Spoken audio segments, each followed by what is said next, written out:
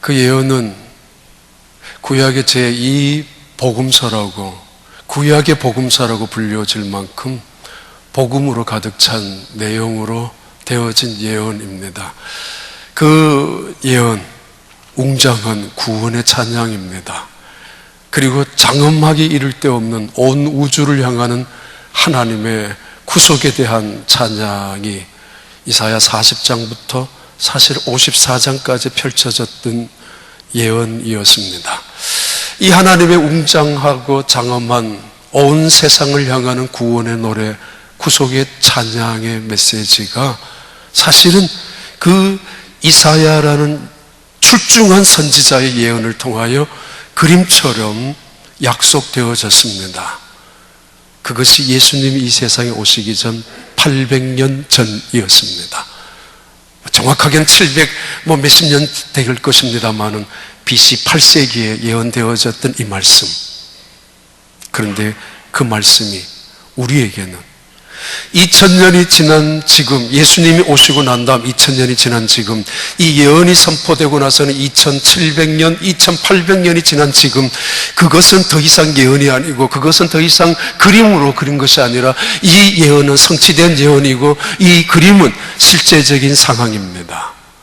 믿음은 뜬구름 잡는 게 아닙니다. 실제적인 상황 속에서 살아가는 게 믿음입니다. 믿음은 이론이 아닙니다. 지식이 아닙니다.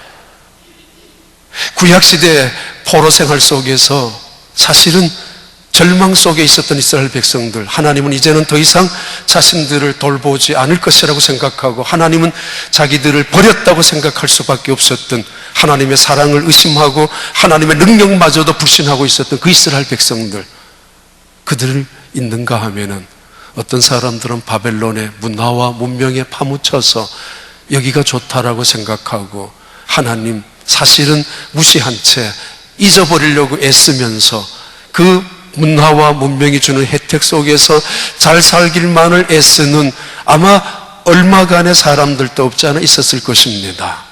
그런 그들, 아니 살아가지만은 여전히 목이 마른 채로 살아갈 수밖에 없는, 살아가려고 배부르려고 애쓰고 있는 성도들 또는 이스라엘 백성들, 여기저기에서 애를 쓰고 노력하지만은 한번 배불러 본 적이 없는, 제대로 행복해 본 적이 없는, 한번 제대로 감사해 본 적이 없는 사람들을 향하여 하나님이 주셨던 말씀이기도 합니다.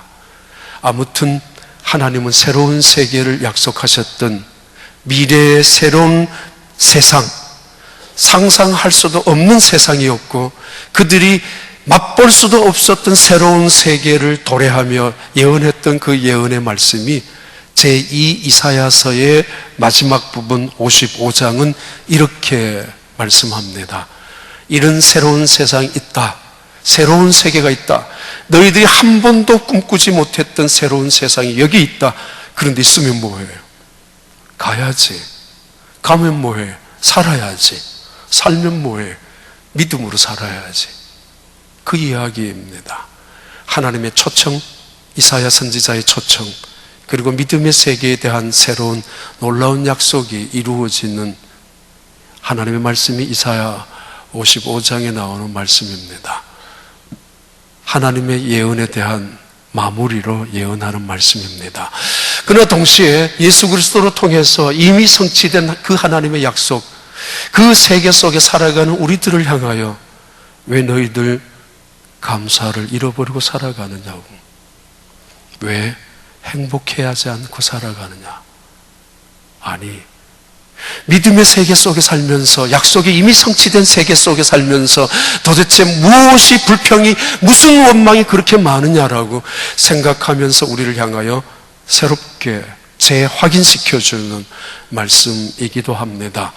예루살렘 성전의 회복과 예루살렘 성 도시에 새롭게 건설되는 예언이지만은, 그리고 동시에 황무지가 된 이스라엘 땅, 폐허가 되어진 예루살렘 그 구석구석에 사람들이 모여질 것이며 성전에는 찬양이 다시 살아날 것이며 그리고 여호와의 이름이 노래될 것이라는 예언이지만은 동시에 영적인 우리를 향하여 던져주시는 말씀이 이사야 55장에 나오는 말씀입니다. 하나님의 초청은 이렇게 시작합니다. 55장 1절 그리고 3절의 말씀입니다. 오라 너희 목마른 자들아 물로 나오라. 돈 없는 자도 오라. 너희는 와서 사 먹되 돈 없이 값 없이 포도주와 젖을 사라. 오호라 이거는 가련한 인생을 향하여 오 인간이여 할 때 인간을 향하여 대단히 감동적이고 감격해서 인간의 놀라운 능력을 찬미할 때 오 인간이여 감탄하는 게 아닙니다. 얼마나 불쌍하고 가련한 인간을 향하여 오호라 오호라 탄식하듯이 내뱉는 목마른 자들아 그리고 돈 없는 자들아 그들을 향하여 시작하는 하나님의 초청장의 초대의 말씀입니다. 오라 come to me 1절 3절에는 여러 번 반복되는데 원래 본문 속에는 7번이나 오라고. 하나님의 주제는 언제나 오라입니다. 오라. 멀리 떠나간 적도 없는 우리에게 자꾸 오라고 하시겠습니까? 지리적인, 지정학적인 의미도 없지 않아 있겠습니다만은 이거는 영적인 의미입니다. 육신은 이 자리에 앉아 있지만은 마음은 떠나 있는 그들을 향하여 입술로는 하나님의 이름을 부르고 있지만은 그러나 그들의 중심은 하나님보다가는 온통 세상으로 사로잡혀 있는 그들을 향하여 경고하는 그리고 진심으로 초청하는 말씀입니다. 오라. 참 진정으로 오라고 하나님께. 왜 이렇게 말씀하십니까? 그들이 찾고 있는 물, 그들이 정말 꿈도 꾸지 못했던 포도주와 우유를 하나님께서는 준비하시고 계시고 하나님이 예언하셨던 그 새로운 세계, 바로 메시아의 종의 노래를 불렀던 그 메시아를 통하여 우리는 이미 이루어진 현실 속에 살지 않습니까? 이사야 시대의 예언은 이미 오래전 예수님 오시기 전에 예언이었고 지금 오늘 우리는 예수님 오신 이후에 이 예언을 읽고 있지 않습니까? 그럼 그 세계에 들어가 있단 말이에요. 봐라, 나오라고, 여기 와서 물 마시라고 주님이 이 세상에 오셨을 때 친히 하셨던 말씀입니다. 목마른 자들을 향하여. 돈 없는 사람들 without money, 값 없이 without cost, 값도 없이 와서 살아. 그리하면은 물 이상의 것이 그때 당시에 가장 귀하게 여겨졌던 포도주와 우유를 너희들이 먹게 될 것이고 마시게 될 것이라고. 그 하나님이 꿈꿨던 세계, 그 하나님이 우리에게 살게 하고 싶었던 그 세계, 그리고 예수 그리스도로 통하여 예수 그리스도를 믿는 백성들이 살아가고 있는 그 세계, 그 세계는 다른 말로 말하면 불공평한 세상입니다. 불공평한 나라입니다. 이유는 공짜이기 때문입니다. 값으로 매길 수 없는 것들이 사실은 소중한 거 아닙니까? 행복을 돈으로 살 수 있어요? 값으로 채점할 수 있습니까? 사랑이라는 거 값으로 살 수 있어요? 산다고 생각하는 사람들 가장 어리석은 사람들일 것입니다만은 가장 귀한 것일수록 값이 없는 법입니다. 값이 싸서 값이 없는 게 아니라 너무 비싸서 어떻게 프라이스리스, 값을 환산할 수 없기 때문에 그 하나님의 나라에 있는 모든 은혜의 값을 매길 수 없는, 값을 채점할 수 없는 그 세계입니다. 다른 말로는 공짜입니다. 다른 말로는 불공평한 세상입니다. 값진 것일수록, 귀한 것일수록 돈을 지불하고 사야 합니다. 그래서 그것 때문에 어떤 사람은 자부심도 가지고 행복해 하기도 합니다만은, 그러나 그렇지 않습니다. 돈으로 사보아도, 돈으로 배불러 보려고 노력했어도 은을 가지고 양식 아는 것에 수고한 사람들을 향하여서도, 그래서 여전히 배고파하고 여전히 목말라는 온 세상을 향하여 하신 하나님의 말씀입니다. 이리로 오라고, 바로 나에게 오라. 내가 너희에게 제대로 줄 것이라고. 이 말씀 속에서 11월 달 주제에 감사를 한다면은, 하나님의 나라는 정말 우리에게 주신 은혜는 값없이 주시는 은혜입니다. 값없이 주신 하나님의 은혜, 정말 진심으로 가슴 뭉클하게, 때로는 가슴 찡할 정도로 감사해야 할 것입니다. 이것은 이미 얻은 감사이기도 합니다. 이미 우리는 얻어진 감사 속에 살아갑니다. 감사, 그것은 교양과 관계없습니다. 감사, 그것은 인격과도 관계없습니다. 때로는 훌륭한 인격을 지닌 사람, 대단히 교양이 있는 사람이 있는데 불구하고 감사가 없다면 그 사람 별로 인격이, 별로 교양이 많다라고 볼 수 없습니다. 주렁주렁 명품을 달고 다니고 훈장처럼 학벌을 갖고 있다 할지라도 감사가 없는 사람이라면 그 교양 수치스러움에 불과할 것이고 추하게 보이기 십상입니다. 아무리 훌륭한 사람이라 할지라도 감사를 모르는 사람, 겸손하지 못하기에 그거 다른 사람들에게 따돌림을 당할 수도 있는 무서운 교만일 수 있습니다. 감사, 이미 얻어진 감사, 공짜로 얻어진 감사, 그래서 우리는 무시합니다. 그러나 생각하셔야 합니다. 하나님께서 우리에게 주신 은혜, 하나님께서 우리에게 주신 그 은혜는 결코 공짜가 아니었다라는 그 말입니다. 하나님이 가진 것 전부를 주신 것입니다. 하나님이 지불하신 전부의 값을 다 지불하신 것입니다. 하나님이 가진 마지막 그분의 아들을 값으로 지불하시고, 지불할 수 있는 마지막 피 한 방울까지 흘리시면서까지 우리에게 은혜를 주셨던 그 은혜, 그 구원의 은혜, 값없이 주신 그 은혜, 사람들은 그것을 무시합니다. 돈으로 안 샀기 때문에. 그러나 하나님이 지불할 수 있는 전부였습니다. 우리가 얼마짜리냐고요? 예수님짜리입니다. 얼마만큼 값이 나가느냐고요? 예수님의 값입니다. 하나님은 예수님의 값이 온 세상보다도 더 귀한 값은, 온 천하보다도 더 귀한 값이 예수 그리스도의 생명의 값이었습니다.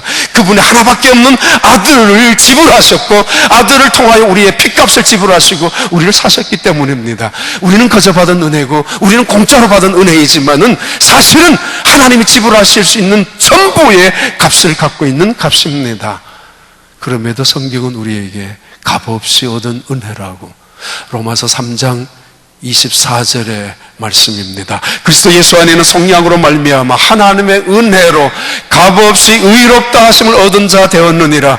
누구나 예수 그리스도 앞에 오는 자, 누구든지 하나님의 말씀을 듣고 하나님 곁에 찾아오는 자에게 줄 수 있는 은혜, 구원의 생명의 생수의 물, 세상 별별 거를 값을 지불하고 산다 할지라도 배불러 본 적이 없는, 도대체 감사나 도대체 행복해 본 적이 없는 그들을 향하여, 봐라, 내가 주는 물을 마셔봐라, 내가 주는 양식을 먹어봐라, 내게 와서 먹으라고, 그리하면 너희가 살게 될 것이라고. 그들이 살게 되는 그 세계 속에서, 불공평한 세상입니다만 그 세계는 은혜의 세계입니다. 그 은혜의 세계 속에서 그리스도인들이 그것을 맛보면서 느낄 수 있는, 그분들이 한호안을 수 있는 첫 번째 태도가 바로 감사 아닙니까? 감사하지 않는 사람 따로 하나님이 형벌 준비하지 않습니다. 감사하지 않고 불평하고 살아가는 사람을 향하여 하나님 따로 심판하지 않습니다. 이미 그것이 저주와 형벌이기 때문입니다. 불평하며 살아가는 거, 그게 형벌입니다. 습관적으로 원망하고 살아가는 거, 남의 탓부터 하고 세상 원망하고 살아가는 거, 그게 이미 저주이기 때문입니다. 우리가 받은 것 중에 하나님으로부터 받지 않은 게 어디 있습니까? 우리가 가진 것 중에 소중하지 않은 것이 무엇 있습니까?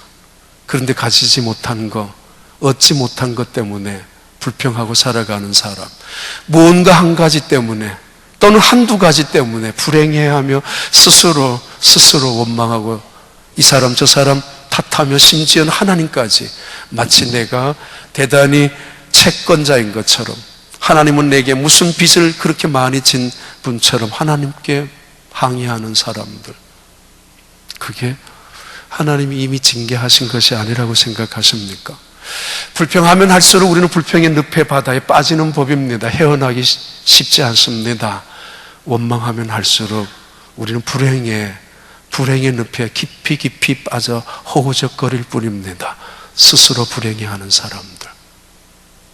내게 와라. 내게 와라.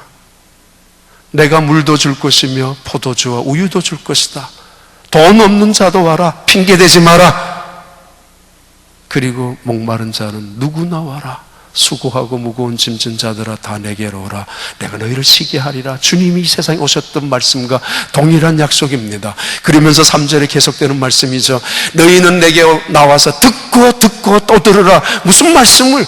귀를 기울이고 듣고 들으라. 그리하면 너희가 좋은 것을 먹을 것이며 기름진 것으로 즐거움을 얻게 될 것이라고. 세상 어디에 가서 이 말씀 들을 수 있습니까? 제가 하는 설교가 아니고 하나님 말씀 말입니다. 가끔씩 수요 예배 때 말씀드렸습니다. 대통령 앞에 가가지고 대통령이 하는 이야기가 무슨 이야기입니까? 대단한 영광스러운 자리일 것입니다. 아니면 어떤 워렌 버핏 같은 사람들 옵션 점심 식사 75만 불짜리로 한번 낙찰될 때가 있었습니다. 그분하고 한번 점심 식사 같이 하는 것 말이에요. 서로 하려고. 그래서 주식 투자하는데 뭔가 힌트를 얻으려고, 아니면 유명한 과학자들이 유명한 심포지엄을 세미나를 열 때 거기에서 대단한 프레젠테이션을 듣습니다. 그래서 연구 발표를 통해서 뭔가 새로운 지식을 습득합니다. 그래서 즐거움을 얻었던가요? 아니, 며칠이나 가든가요. 하나님이 누구인가? 하나님이 어떤 분인가? 예수 그리스도가 어떤 분인가? 너희 인생이 지금 죽는 길로 걸어가는가 사는 길로 걸어가는가? 이 이야기를 누가 해주던가요? 어디서 들을 수 있던가요? 교회 외에는. 너희는 내게 와서 듣고 들으라. 교회는 하나님 말씀을 듣는 곳입니다. 듣기 위해서 오는 곳입니다. 내가 살기 위해서 가장 기름진 것으로 가장 귀한 것이란 말입니다. 그래서 가장 즐거움으로 내가 살아야 되지. 그 세계는 바로 하나님께 찾아오는 자에게 구원을 줄 수 있는, 생명을 줄 수 있는 가장 큰 즐거움으로 그들을 살려줄 수 있는 하나님의 세계. 그 하나님의 세계에 눈을 뜨는 사람들이 고백하는 첫 번째 찬양이 감사라는 것입니다. 감사합니다. 나를 살려주셔서 어디에서도 얻을 수 없는, 어디에서도 마실 수도 없었던, 마시며 살아왔지만은 갈증만 더할 수밖에 없었잖아요. 이사야 55장 6절 말씀 계속됩니다. 너희는 여호와를 만날 만할 때에 찾으라. 가까이 계실 때 그를 부르라. 7절입니다. 악인은 그의 길을, 불의한 자는 그의 생각을 버리고 여호와께로 돌아오라. 그리하면 그가 긍휼히 여기시리라. 우리 하나님께로 돌아오라. 그가 너그럽게 용서하리라. 이미 얻어진 하나님의 은혜에 대해서 감사하라면은 구원에 대한 감사 분명하지 않습니까? 지금도 얻고 있는 하나님의 은혜에 대해서 눈을 뜨고 바라보고 귀를 열고 듣고 손으로 만지며 살으라는 하나님의 약속입니다. 그 하나님의 세계는 한번 베풀어준 은혜에 끝나는 게 아니고 끊임없이 베풀어 주신 은혜의 말씀을 하고 있습니다. 자주 말씀하는 말씀이죠. 이스라엘 백성들이 광야에서 죽은 사람들, 배고파서 죽은 사람 하나도 없었다고. 뜨거움 속에, 사막 속에 갈증이 나서 죽은 사람도 없었고, 그 밤이면은 추위 속에서 얼어 죽은 사람 한 명도 없었다고. 곡식 추수한 적 한 번도 없었고, 옷 공장, 옷 사는 장터 하나 세워진 적 없었는데도 신발 한 번 헤어진 적 없고 옷 한 번 헤어진 적이 없이 살아갔던 그 사람들 40년이나 광야에서. 근데 그 사람들 왜 죽었어요? 불평하다가 죽었습니다. 뱀에 물려 죽었습니다. 원망하다 죽었습니다. 땅이 갈라져서 그들을 삼켜버리고 말았습니다. 하나님 사랑 불신하다가 죽었습니다. 어제 받은 구원의 감격 잊어버리고 오늘 또 주어지시는 여전히 만나를 먹으면서 메추라기 먹으면서 밤에는 불기둥이 그들 앞에 눈앞에 뻔히 떠여 있는데도 낮에는 구름기둥이 그들 앞에서 뒤에서 그들을 호위하고 있는데도 불구하고 내가 원하는 거 이루어지지 않았다고, 내가 꿈꿨던 것이 없다라고, 내 뜻대로 되지 않는다라고 불평했던 그 사람들, 하나님이 보여지지 않는다라고 그래서 모세를 향하여 돌을 던지려고 했던 그 사람들, 불뱀이 그들을 물어 죽었습니다. 어찌 그렇게 원망부터 시작하는지. 그게 형벌 아닙니까?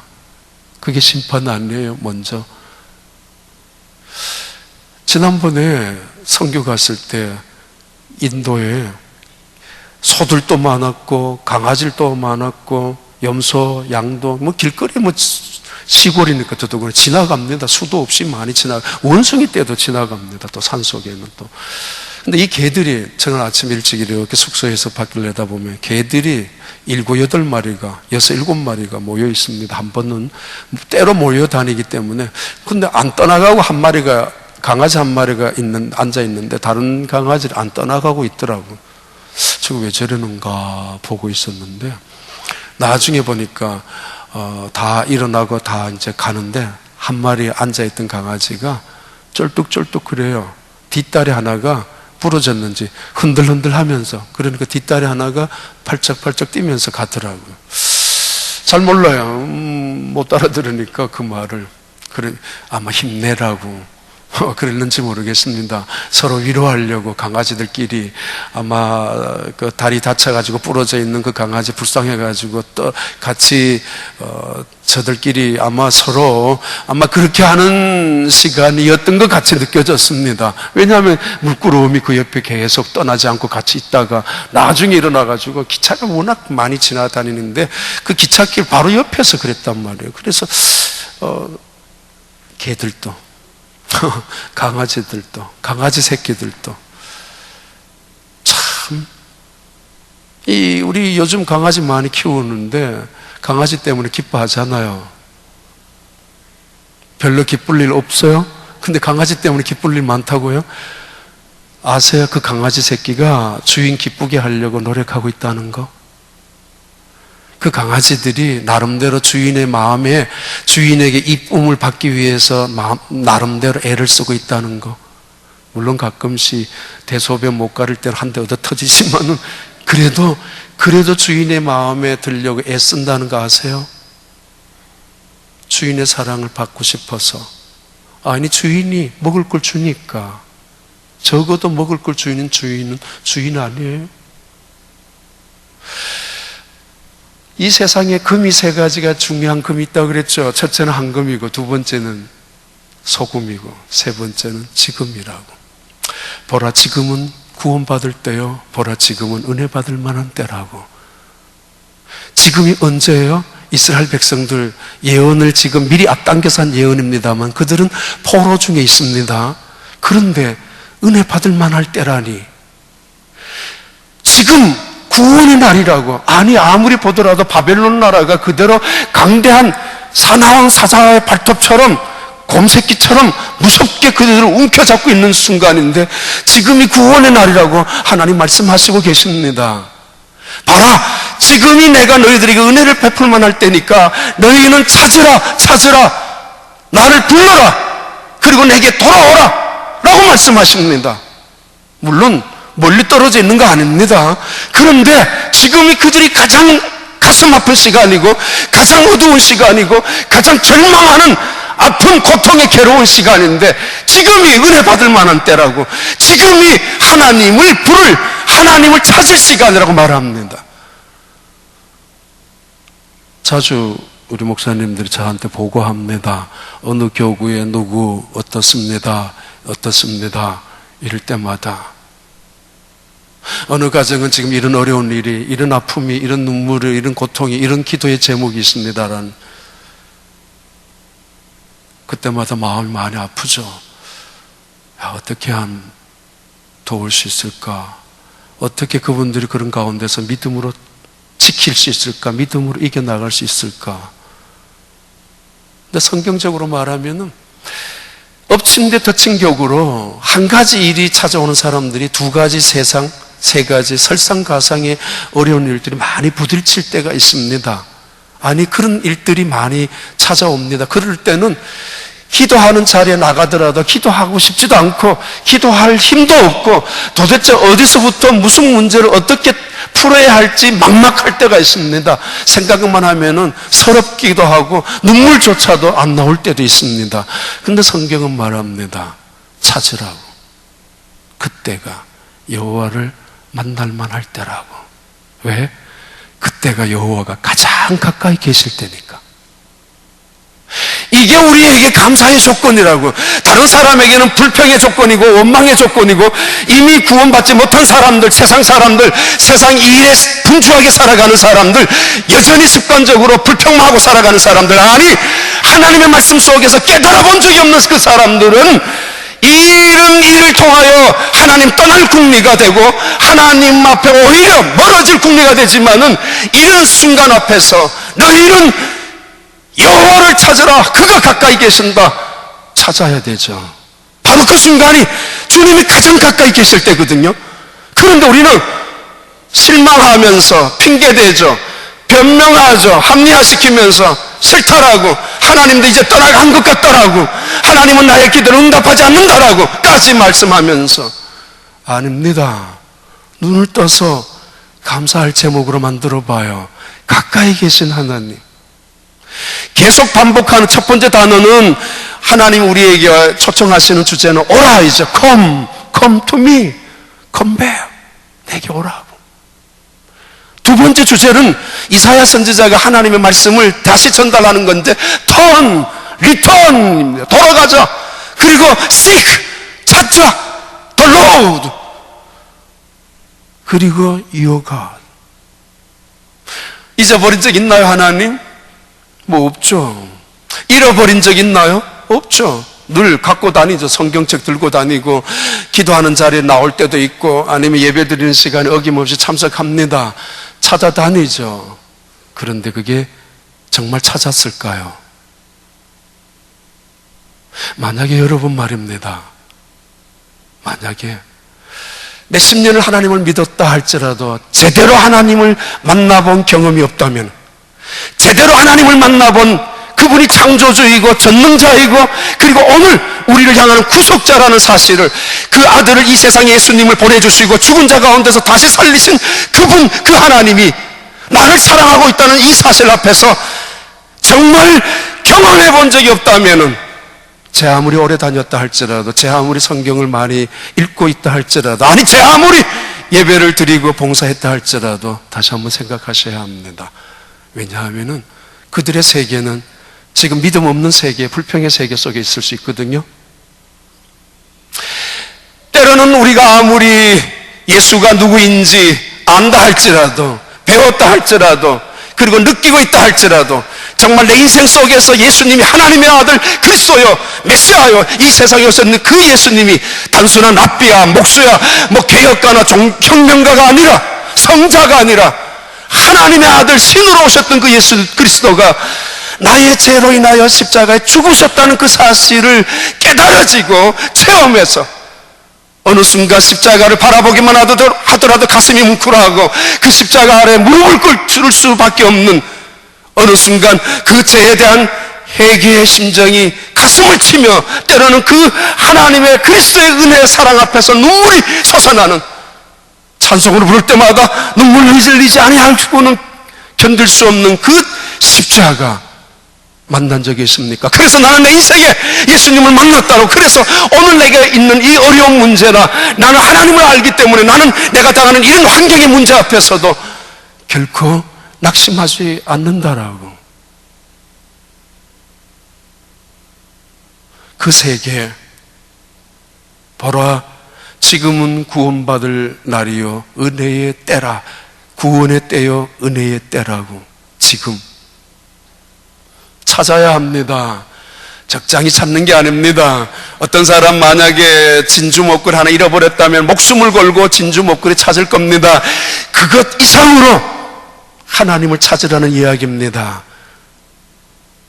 남들이 무시하는 하나님, 남들이 업신여기는 예수님, 찾고 찾으라, 부르라.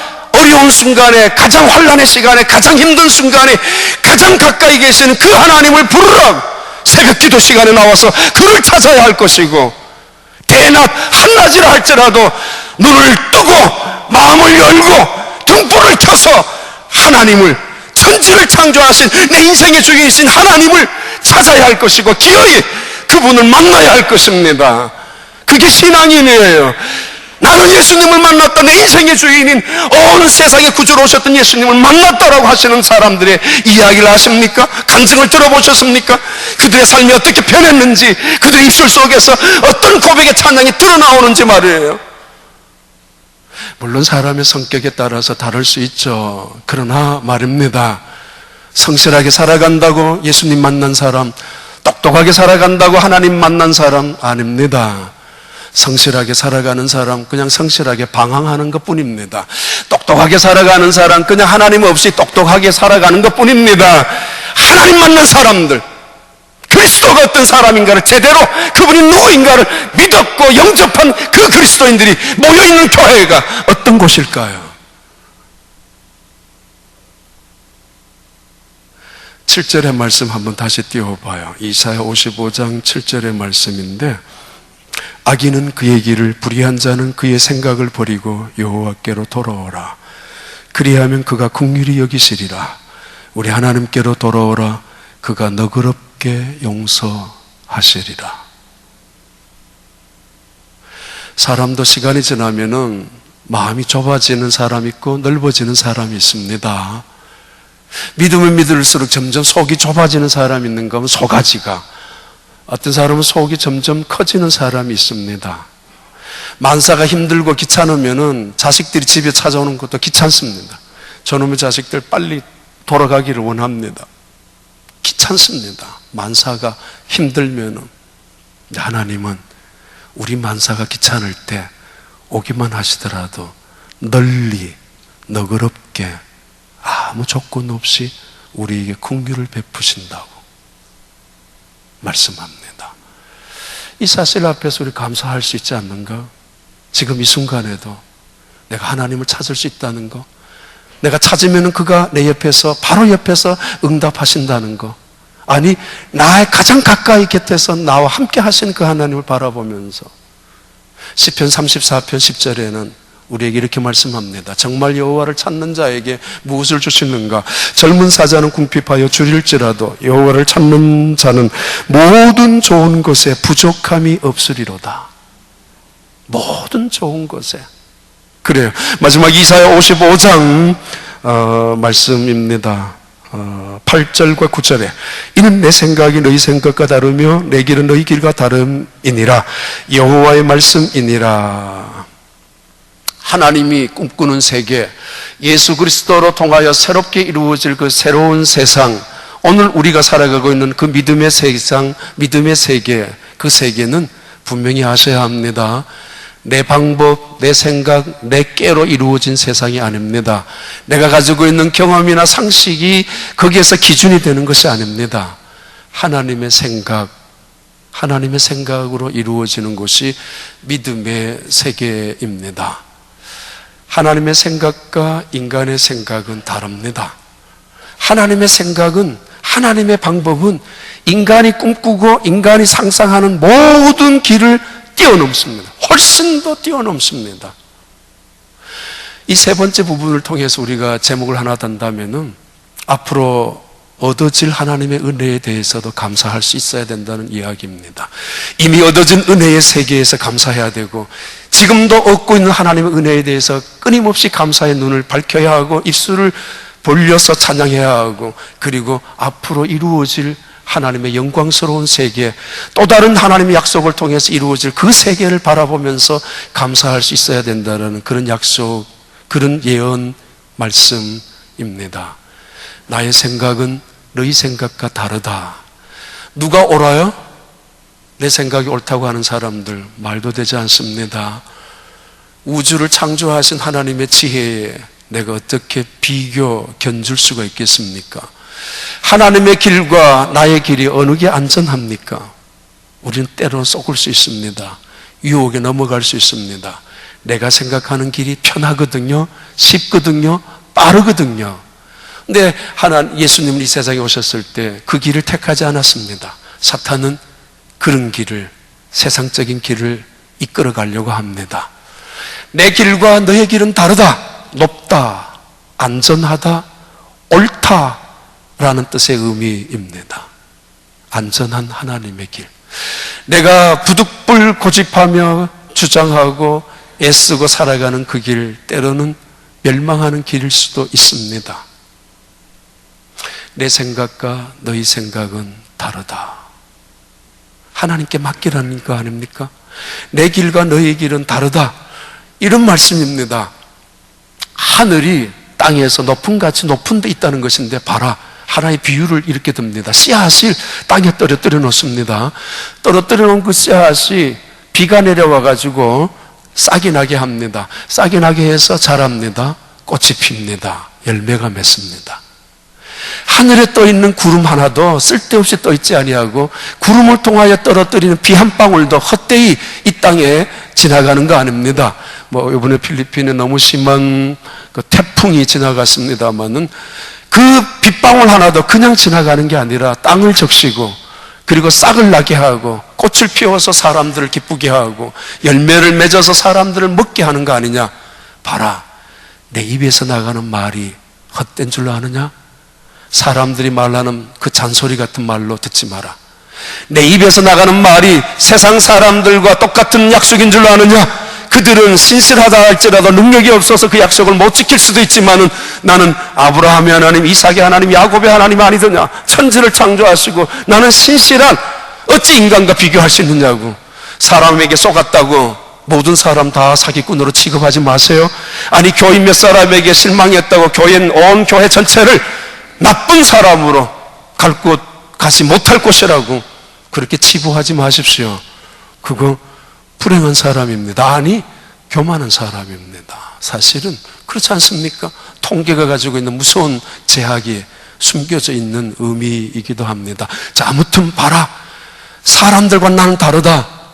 내가 내 이익을 챙기려고 약속을 변개하느냐? 내가 내 명예를 너희들 짓밟으면서 내 드러내려고 너를 아주 야비할 정도로 욕을 하더냐? 아니, 내가 뭐가 부족해가지고 이 사람 저 사람 뒤에서 욕을 하며 살겠느냐? 내 이익을 챙기려고 약속을 변개하겠느냐? 내 능력이 없어서 할 수 없다고 이제 와가지고 핑계대겠느냐? 아니야! 비 한 방울도 그렇게 땅을 적시며 생명의 열매를 맺게 하거늘 내 입에 나가는 말이 헛된 말이 어디에 있더냐? 하나님 말씀을 믿는 사람들, 봐라, 이제 너희들에게 나타날 새로운 세상은 그 세상에서 살 것인데, 모든 산들과 언덕들이 춤을 추게 될 것이며 온 세상의 나무들이 손뼉을 치며 찬양하게 될 것이다. 봐라, 너희들이 어렵다고 고통스럽다고 말하든, 너희들이 괴롭다고 말하든 그 가시나무는 잣나무로 변하게 될 것이고, 너희들을 아무짝에도 쓸모없는 성가시기 굴고 너희들을 힘들게 만들었던 찔레나무도 화석나무가 될 것이다. 그것을 바라보고 그 약속을 믿고 그 세계에서 감사하며 살아가는 것이 믿음의 세계 속에 살아가는 사람들의 모습이어야 하고, 모습이라고, 태도라고 말씀하고 있습니다.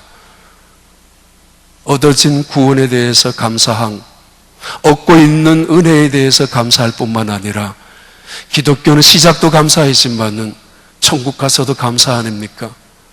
내가 죄인인데도 불구하고 하나님 곁에 왔어요. 하나님 감사합니다. 한마디가 그것밖에 없죠. 죄인인데 죄인 오라 하실 때 날 불러주세요. 하나님 곁에 갔을 때 감사합니다. 감사합니다. 이것밖에 없잖아요. 또 뭐 있어요?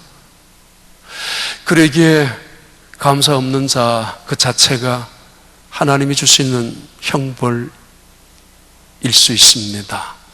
이번 한 달, 다음 주 하나님께서 우리 교회에 베풀어 주신, 또 여러분 가정에 베풀어 주신 은혜 깊이 생각할 수 있는, 그래서 감사하는 자나 감사를 받는 자가 함께 감동할 수 있는, 때로는 눈물이 핑 돌고 때로는 가슴이 뭉클하고 내가 이런 상경 속에서도 감사할 수 있다니, 내가 이런 순간에도 감사할 수 있다니, 아니 내가 이렇게까지 하나님을 향하여 감사할 수 있다니, 나에게 그 은혜, 나에게 그 능력, 나에게 그 축복을 주신, 아니 나에게 그 믿음의 세계 속에 살아가게 하여 주신 하나님 앞에 찬양할 수 있는 이번 한 주간 되기를 바랍니다. 기도하시겠습니다. 하나님 아버지, 감사합니다. 감사합니다. 감사합니다. 주님 주신 은혜에 감사하고, 지금 베풀어 주시고 있는 은혜에 감사하고, 또 앞으로 베풀어 주실 은혜를 먼저 바라보며 약속을 믿고 감사하는 저희들의 심령 위에 하나님의 영광이 드러나게 하여 주시기를 원합니다.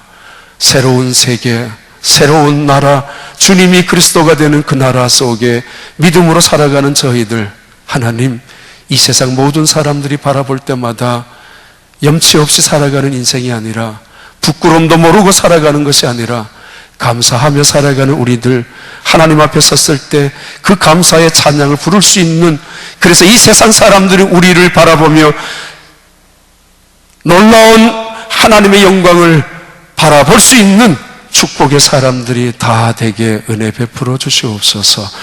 예수님 이름으로 기도하옵나이다.